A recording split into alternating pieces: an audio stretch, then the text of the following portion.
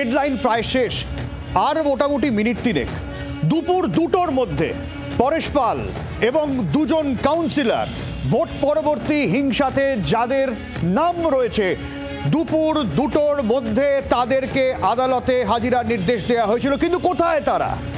কোথায় পরেশ পাল? কোথায় তৃণমূলের 2 কাউন্সিলর?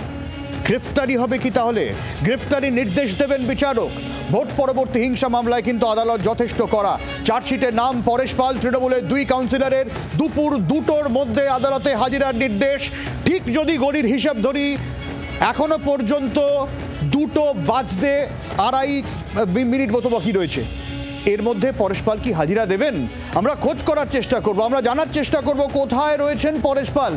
কিছু কি জানা গেল? এবার বিধায়ক কাউন্সিলর খোঁজ নিল, আলাদা করে আদালত খোঁজ নিয়েছে এবং দুপুর 2টো পর্যন্ত হাজিরার ডেডলাইন বেঁধে দেয় আদালত। কিন্তু এখনো পর্যন্ত আর বাকি 2 মিনিট, আর 2 মিনিটে ডেডলাইন শেষ হচ্ছে। এই 2 মিনিটের মধ্যে পরেশ পাল কি আদৌ হাজির হবেন? ওই 2 কাউন্সিলর কি হাজির হবেন? প্রশ্ন উঠছে।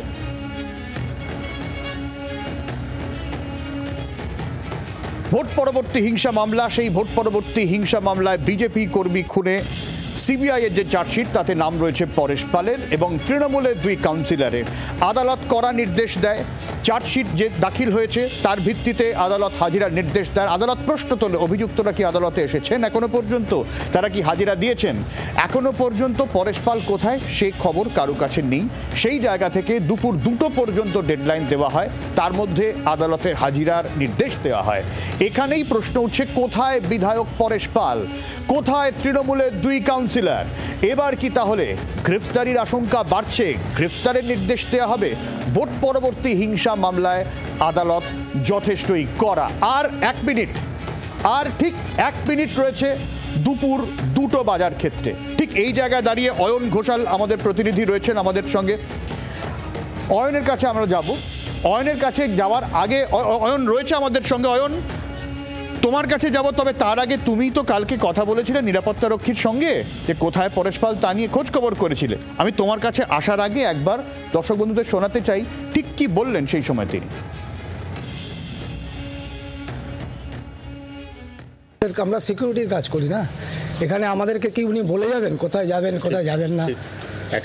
নাকি সঙ্গে এটাও তো একটা অবাস্তব। মানে উনি হ্যাঁ উনি বেরিয়ে গেছেন, তো আমাদেরকে কিছু বলে যান কি? এটা হয় কখনো সম্ভব? মানে কালকে ওনাকে সারাদিন দেখেন নাই? না না না না, আমরা পরশুদিন সকাল থেকেও দেখেন না না না দেখা যায়নি।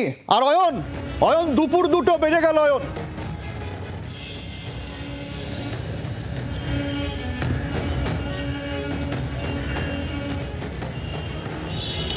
সব্যসাচী, পরশ পাথর খুঁজে পাওয়া যায়নি।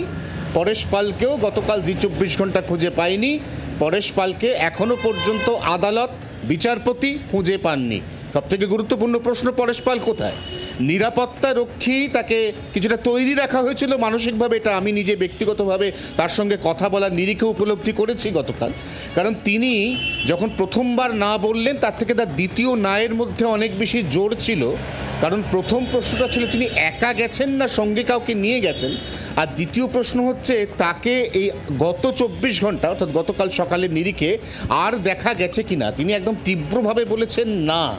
এখন প্রশ্ন, নিরাপত্তা রক্ষী যিনি আবাসনে মোতায়েন, তিনি কীরকম নিরাপত্তা রক্ষী যদি তিনি এইটুকুই না জানেন যে পরেশ পাল যখন বাড়ি থেকে বেরিয়ে যাচ্ছেন তখন তিনি একা বেরোচ্ছেন নাকি সঙ্গে কাউকে নিয়ে বেরোচ্ছেন?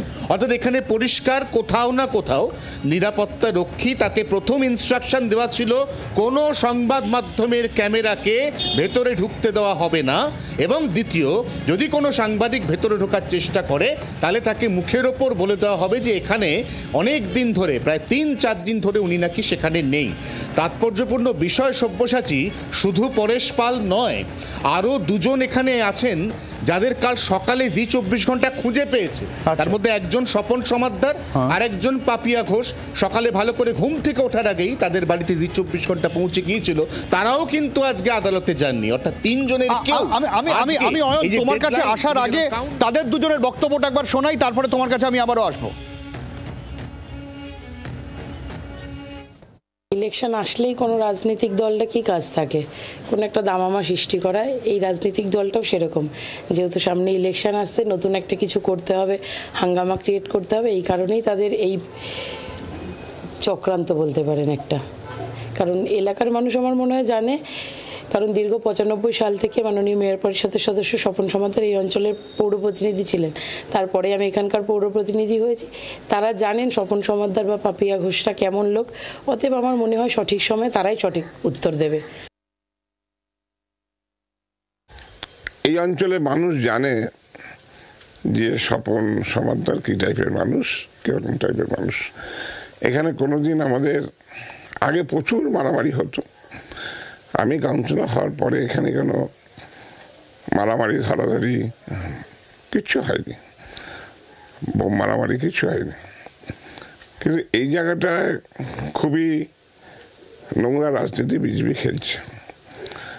আর আপনাদের মাধ্যমে আমি আরেকটা অনুরোধ করব যে যারা বা যিনি কমপ্লেন করছেন, বিশেষ করে পুলিশকে ভয় দেখাচ্ছেন, সিবিআইকে ভয় দেখাচ্ছেন বা সমাজকে বিভ্রান্ত করছেন, সেই ব্যক্তির এগেনস্টে একটা উচ্চ পর্যায়ে নিরপেক্ষ তদন্ত। অর্থাৎ আমরা এই দুজনের সঙ্গে কথা বলতে পেরেছি, কিন্তু এই দুজনও এখনো পর্যন্ত আদালতে হাজিরা দেননি। এই তো দাঁড়ালো অয়ন, তার মানে দুই কাউন্সিলরের সাথে আমরা কথা বললাম এবং বিধায়কের খোঁজ এখনো পর্যন্ত নেই, কিন্তু 2টো বেজে গিয়েছে, কেউই আদালতে হাজিরা দিলেন না এখনো পর্যন্ত, যা খবর। হ্যাঁ, দুজন তো উপস্থিত কলকাতা শহরে প্রমাণিত, কারণ তারা ক্যামেরায় ধরা পড়ে গেছেন, তারাও আদালতে গেলেন না। আর পরেশ পাল যে কোথায় আছেন সেটা তো কেউই জানে না। পরেশ পাল তার বিগত প্রায় 2 দশকের অভ্যাস, প্রত্যেক দিন একদম ঘড়ির কাঁটা ধরে সকাল 6:30 থেকে 8টা পর্যন্ত তিনি বেলেঘাটা সুভাষ সরোবরে প্রাতঃভ্রমণ করেন। সেই টার্গেট করে প্রথম আমরা কাল সকালে একদম 6:30টার সময় বেলেঘাটা সুভাষ সরোবরে যাই। তারপর আমরা অন্যান্য প্রাতঃভ্রমণকারীদের সঙ্গে কথা বলে জানতে পারি যে কালকে শুধু নয়, তার আগের দিনও পরেশ পাল সেখানে আসেনি। অর্থাৎ যেদিন প্রথম সিবিআই সাপ্লিমেন্টারি চার্জশিটে পরেশ পালের নাম উল্লেখ করলো, সেই দিন থেকে পরেশ পাল কিছুটা ইচ্ছাকৃতভাবে কোথাও আত্মগোপন করে আছেন, এটা কিন্তু একেবারে দিনের আলোর মতো পরিষ্কার। এবং তখনই বোঝা যাচ্ছিল যে পরেশ পাল আদালতে যাবেন না, হাজিরা দেবেন না। কিন্তু সবথেকে গুরুত্বপূর্ণ প্রশ্ন সব্যসাচী যারা গতকাল বললেন যে আমি ক্যামেরার মাধ্যমে আপনাদের বলতে চাই আমি এখানে এত ভালো কাজ করি, তারা এই কথাগুলো আদালতে গিয়ে বলবেন তো। আদালত তাদের সমন পাঠিয়েছে, আদালতের সমন অগ্রাহ্য করা এটা তো নিঃসন্দেহে একটা বড় অপরাধ। যে অপরাধে নাম উঠে এসছে সেই অপরাধকে খণ্ডন আদালতে আইনজীবী মারফত তাদেরকে করতে হবে, তাদেরকে নিজেকে ডিফেন্ড করতে হবে থ্রু লয়ার। তারা কিন্তু সে পথে হাঁটলেন না এবং তিনজনই ডেডলাইন পেরিয়ে গিয়ে এখন টু বি স্পেসিফিক আরও 6 মিনিট হয়ে গেছে, তারা কিন্তু এখনো আদালতে যাননি। অর্থাৎ পরিষ্কার তারা যে সমন পেয়েছেন তারা সেটাকে ইগনোর করলেন। এরপর আদালত কি ব্যবস্থা নেবে সেটা অবশ্যই আদালতের বিচার্য বিষয়। ঠিক, অনেক ধন্যবাদ। বাংলার আওয়াজ, বাঙালির আবেগ, জি 24 ঘন্টা।